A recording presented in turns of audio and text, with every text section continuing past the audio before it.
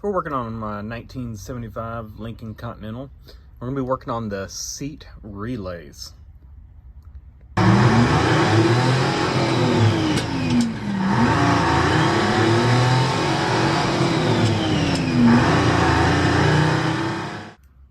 So, if you've got one of these Lincolns, they've got these power seat relays under the carpet. And they're in this low spot, so if water gets in, you know, they get wet. And as you can see, you know, the terminals are all rusty.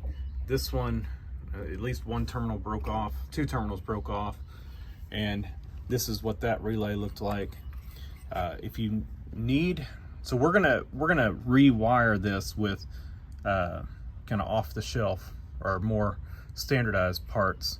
So if you need one of these, it's D3AB-14A093-AA. That's the part number. I assume they're the same because I didn't look at that one, but they look the same. So, and you know, to me, a relay's a relay. You know, you just need to know how it's wired up. So you can actually get these. They're about 30 bucks, new old stock on eBay. So if you want to just replace one, you know, you can do that. The problem I had is, you know, the wiring here is just a mess. So, you know, I'd probably have to put new spade connectors on these and, you know, redo it. This is under the floor. We're not going to see this. So what I decided to do was rewire it and put a standard relay on it. Now, this is actually an 80 amp relay. And the reason I went with that was because they've got some really large wires going in to here. And I think it's overkill, but you know, here's just a standard relay. This is a 30/40 amp. I keep these on stock just for doing stuff. Bought a whole box of them for a project, and so I keep these on hand.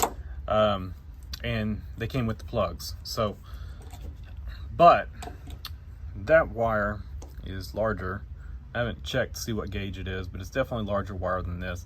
It probably would be fine, but it's under the carpet. I don't really want to mess with it. This 80 amp relay is way overkill for this, but it's got larger wires on it. I mean, look at the terminals on this thing. They're massive. Look at that. Just massive, and these are the two control. So what I did, I popped this thing apart. It's no good anyway. It's got two terminals broke off, and we can already see that this terminal here was a ground. It actually was over there. Put this thing back together backwards, but here's what it's like inside. Just a standard relay. The only really difference here is they're doing some combination of wires, and I'll show you that in just a second.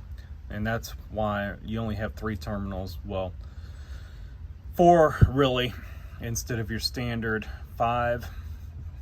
They're combining one of the terminals with the ground. And so I've got a little diagram I made up of this. It's crude, but it shows us how we're going to wire this. And we're just going to use some waterproof heat shrink butt connectors and change this over to this terminal. This will allow us to easily get off the shelf component. I say off the shelf. You can, like I said, you can still buy these, but you're gonna have to go to eBay or somewhere like that and get them new old stock. At some point, the supply of these will run out. Sorry, can't get rid of this cough. And I've tested negative for everything. They just tell me it's allergies. So this will allow us to easily replace this in the future if we need to. These, I think these are sealed. I can't remember. These are, no, yeah, these are sealed.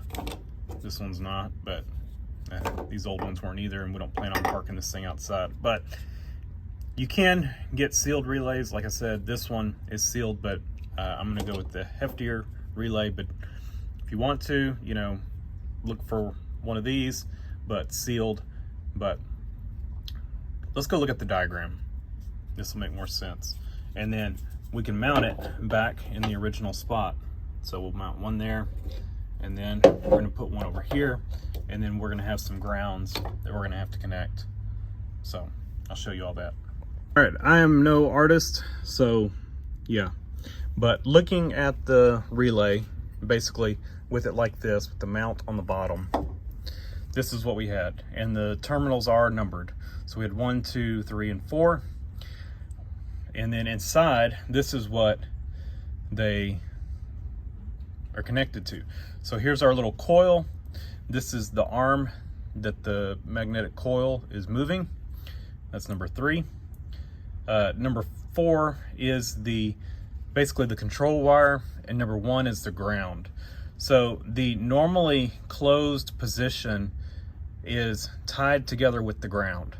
So basically you have terminal 1 is ground for the relay, but it is also the normally closed position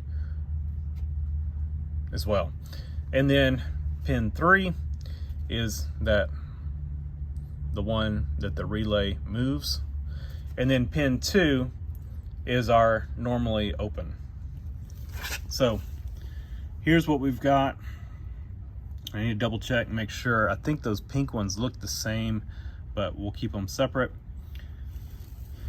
As far as I said, they look the same. They're like pink with a black little, not stripe, but yeah. So we'll make sure we keep those separate. But so yeah, do that because I don't really know, you know, yeah. Anyway, so on our standard relay, this is what you've got.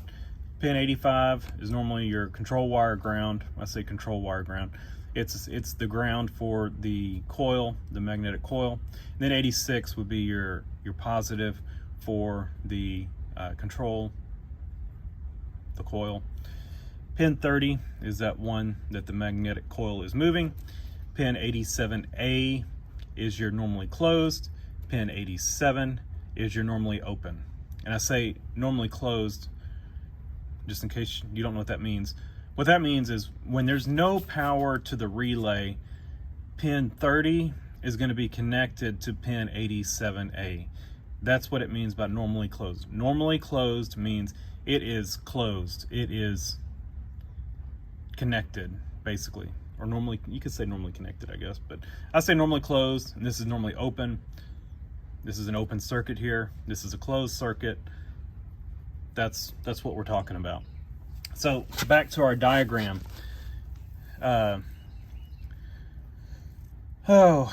Pin 30 is going to connect, is the same as pin 3 on our relay. Pin 87A is going to go to ground. Pin 85 is going to go to ground. Pin 86 is going to go to pin number 4, which is a pink.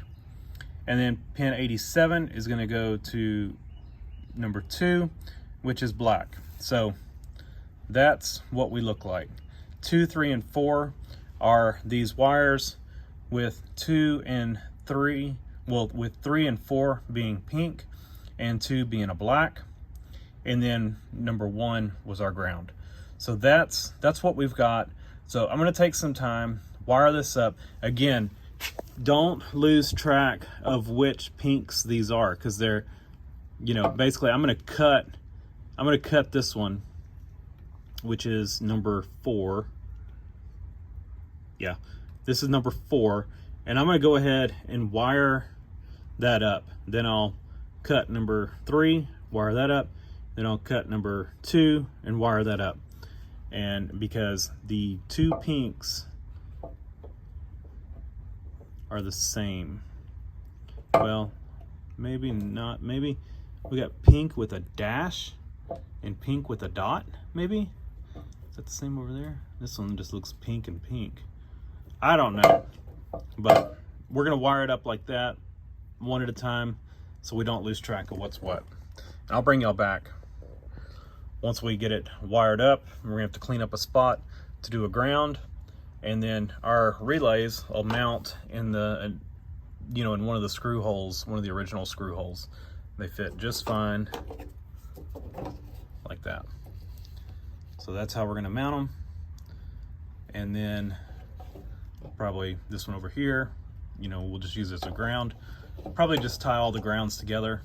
I mean, I guess we could do them separate. You know, one relay's got a set of grounds and the other relay's got a set of grounds, but I don't think that's really necessary. But we may, just so we use up all 4 of those holes. All right, so this is what our wiring looks like. And we've got plenty of area in here, so I didn't worry about, you know, trimming them up or anything, you know, whatever. But, you know, we've got our 2 little ground wires, which are going to be blue and white. And then we've got pinks, which went to the yellows. Just don't get which yellow confused. And then we've got our black, which went to red. And our new plugs. So I still need to heat shrink these. And then once I heat shrink them, I'm just going to tape it up, just make it look a little prettier. Then we'll mount our 2 relays. I think I'll go ahead and just do the grounds separate since we've got those holes, but I think the relays will go here and here, and then these 2 will be our grounds.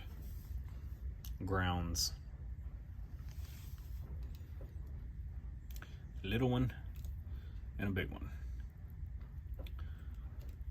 And we'll get it all plugged in.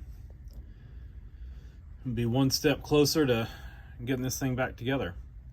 I'm actually going to wait though to mount the relays because I got to put some sound deadening stuff in here. So I keep them out of the way. But I wanted to get it all wired up first. I just need to go find my heat gun. I got a new one, a little small one for doing these heat shrinks. And so I thought I brought it out to the shop, but I think it's at the house. So that's why I haven't done those yet. And then normally don't do heat shrink on these because I think I might have some heat shrink terminals, but I mean the end of the wire is exposed anyway, so yeah, that's kind of my thought there. But butt connectors, love these heat shrink butt connectors, really nice. Got a whole kit with the crimper. And then for those, I like to use these, although these are really for the non-insulated. Probably should have used this guy, but you know what you get is it kind of messes up the little insulation there. Mainly just on the big ones. It's like the little blue one is okay, but it doesn't like these because it's really not. I think it's really supposed to just go do blue and red, but it'll crimp them. It just kind of messes them up. But again, all this is under the carpet. And there we are, hidden under these wires. We have our new relays mounted in those same holes, just self-tappers. That's what was in there to begin with. We just put some new ones so they're not all rusty.